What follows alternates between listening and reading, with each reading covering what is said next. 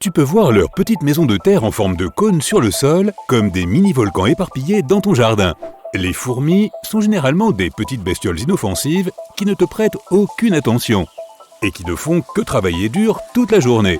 Mais si tu rencontres un groupe de myrmécias australiennes, il n'y a qu'une seule chose à faire: courir!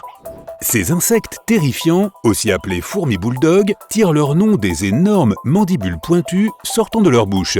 C'est ce qu'elles utilisent pour attraper n'importe quelle créature, qui se trouve être leur malchanceux déjeuner ce jour-ci. Leur alimentation peut inclure des coléoptères, des chenilles, des mouches et même des guêpes, des araignées et des grenouilles. En gros, ces fourmis s'attaquent à tout ce qui s'approche de trop près. Elles sont à la fois féroces et intelligentes. Elles chassent leur principale concurrente, l'araignée chasseuse, en remplissant son nid de brindilles, de feuilles et de tout ce qu'elles ont sous la main. Cela fait sortir l'araignée, laissant toute la nourriture à la merci des fourmis. Mais revenons à ces mandibules vicieuses. Ce n'est pas la seule chose à laquelle tu dois faire attention.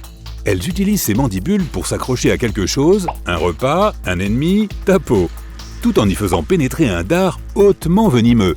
Ce n'est pas comme une piqûre d'abeille. Elles peuvent le faire plusieurs fois et c'est inoffensif pour elles. C'est d'ailleurs le dard dont il faut s'inquiéter, et non pas la morsure, même si la piqûre n'est pas tellement agréable. Et si l'une d'entre elles pressent un danger, elle va libérer un produit chimique dans l'air pour alerter les autres. Si tu t'approches, même sans le vouloir, trop près de leur colonie, toute la brigade sortira pour te faire dégager.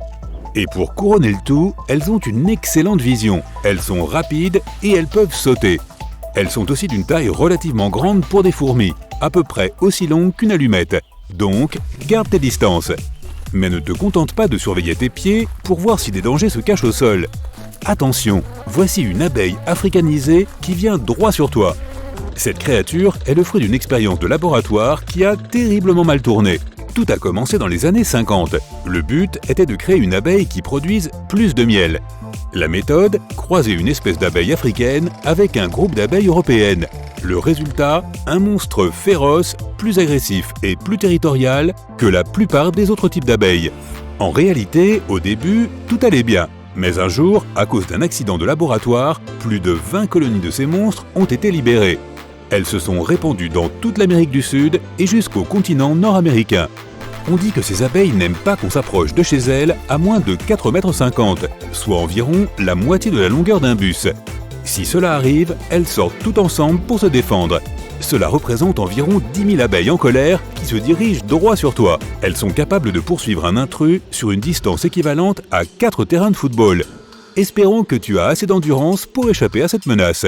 Et puis il y a ces hyménoptères de taille cauchemardesque. Le frelon géant d'Asie est le plus grand. Il fait à peu près la taille de ton pouce et est 20 fois plus massif qu'une abeille mellifère standard. Ces insectes se nourrissent d'abeilles, de guêpes, de menthes et même d'autres frelons. Ils peuvent atteindre des vitesses de 40 km/h à la recherche de nourriture ou pour chasser un humain intrusif. Leur dard est assez long pour percer une combinaison d'apiculteurs et il y a eu apparemment des cas où ces frelons ont pulvérisé leur venin directement dans les yeux de l'intrus. Nous allons faire une pause dans les créatures volantes et nous diriger vers la plage. Mais même une promenade tranquille pour ramasser des coquillages peut se terminer en cauchemar si tu ramasses accidentellement un escargot cône. Lorsqu'ils chassent ou se défendent, ces escargots tirent un harpon en forme d'aiguille à travers l'extrémité pointue de leur coquille. Une petite goutte de leur venin suffit pour 10 adultes. Oh, et il n'existe à ce jour aucun antidote. Maintenant, l'habitant des mers ayant le venin le plus puissant du monde est la méduse boîte. Cette créature est assez grande, environ de la longueur de ton avant-bras, sans compter ses longs, très longs tentacules. Pourtant, les gens ne la remarquent pas toujours car elle est transparente. La méduse s'accroche à sa proie avec tous ses tentacules toxiques et elle a assez de venin pour 60 adultes. Peu de gens peuvent se vanter d'avoir survécu à un rendez-vous avec cette créature. Donc, la mer n'est pas plus sûre que ton jardin. Et pendant que tu nettoies ton garage, fais attention à l'araignée recluse brune. Elles ne sont pas d'une taille si impressionnante et ne dépassent généralement pas la taille d'une pièce de 20 centimes. Mais c'est bien là le problème. Tu verras facilement une tarentule, d'ailleurs inoffensive, s'approcher de toi. Mais avec une recluse brune, tu ne la verras pas avant qu'il ne soit trop tard. La morsure initiale n'est pas très douloureuse. Certaines personnes ne se rendent même pas compte qu'elles ont été piquées. Mais dès qu'elle a enfoncé ses crocs en toi, son venin commence à faire son effet, silencieux mais très néfaste. En 3 à 8 heures, tu as des rougeurs et des gonflements à l'endroit de la piqûre. puis vient la brûlure. Et elle s'intensifie à partir de là. Les effets disparaissent généralement au bout de 5 jours, mais ils peuvent durer jusqu'à 3 mois. Même les insectes familiers peuvent être dangereux, comme cette mouche qui bourdonne autour de ta cuisine. Sais-tu quel voyage elle a probablement entrepris ? Avant de s'envoler vers chez toi, elle s'est sans doute posée sur une benne à ordures. Puis elle s'est envolée vers les toilettes publiques, a marché sur le sol, les murs et les sièges. Peut-être qu'elle s'est arrêtée dans un pâturage de vaches, un zoo. Elle a pu aller dans toutes sortes d'endroits dégoûtants et maintenant elle se promène sur cette belle coupe de fruits que tu as fraîchement exposée. Et quels que soient les microbes qui se trouvaient dans les éléments qu'elle a piétinés et sur lesquels elle a promené sa trompe, ils sont maintenant partout dans ta nourriture. Le truc avec les bactéries, c'est qu'elles rendent les gens malades. Alors fais le ménage et empêche les mouches d'entrer. Maintenant, regarde de plus près la coccinelle qui se trouve chez toi. Ça pourrait être un imposteur. La coccinelle asiatique est davantage jaune-orange que rouge, comme les coccinelles standards.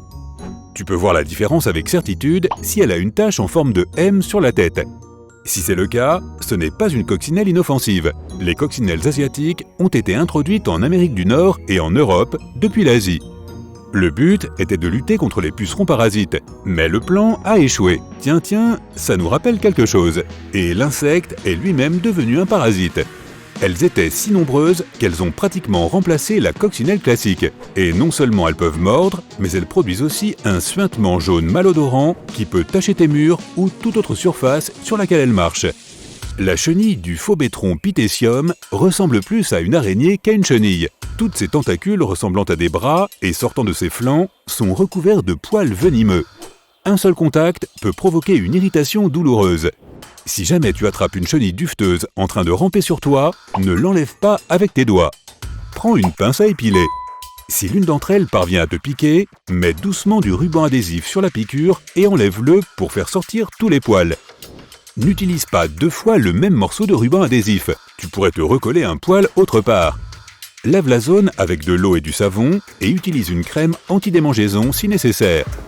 Si tu es en Amérique du Nord, fais attention aux scorpions le plus venimeux du continent. Ceux du genre Centruroides sculpturatus voyagent en meute. Si jamais tu en vois un, sache que ses amis se cachent à proximité.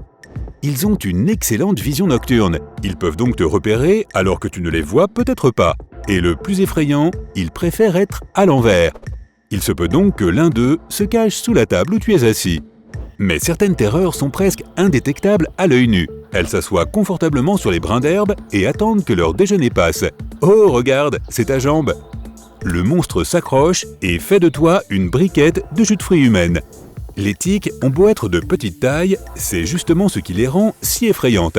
Elles peuvent se cacher n'importe où, dans l'herbe, les buissons, sur le sol, dans les feuilles. Tu les sens à peine ramper sur toi et leur morsure passe inaperçue. Parfois, elles peuvent même rendre une personne malade. Berk! C'est ce que la plupart des cafards s'entendent dire lors de tout rendez-vous avec notre espèce. Comme les mouches, ils mettent leurs petites pattes sales sur toutes les surfaces, et peut-être même sur ta nourriture. Et oui, ils peuvent mordre, bien que ce soit rare, et on les trouve sur tous les continents, sauf l'Antarctique. Le suivant est une horrible créature rampante qui traîne dans ton lit pendant que tu dors profondément la nuit. Pire encore, elle se nourrit sur toi. Les punaises de lit sont si tristement célèbres qu'elles n'ont pas besoin d'être présentées. Mais étonnamment, elles ne sont pas considérées comme dangereuses pour la santé. Cependant, qui voudrait être couvert de petites piqûres rouges partout? De plus, ne va pas imaginer qu'elles ne traînent que dans des maisons sales. Elles éliront domicile dans n'importe quel lit de n'importe quelle maison si on leur en donne la chance. Les termites ne mordent pas, ils ne rampent pas sur ton lit et ils ne s'intéressent pas à la nourriture que tu as dans tes placards. Ce qu'ils grignotent, c'est ta maison elle-même. Et ils le font en secret. La plupart des gens ne savent même pas qu'ils ont un problème jusqu'à ce qu'il soit trop tard. C'est alors que les structures en bois commencent à s'effondrer. Comme les punaises de lit, ils sont difficiles à éliminer et n'imagine pas qu'ils sont seulement dans les murs.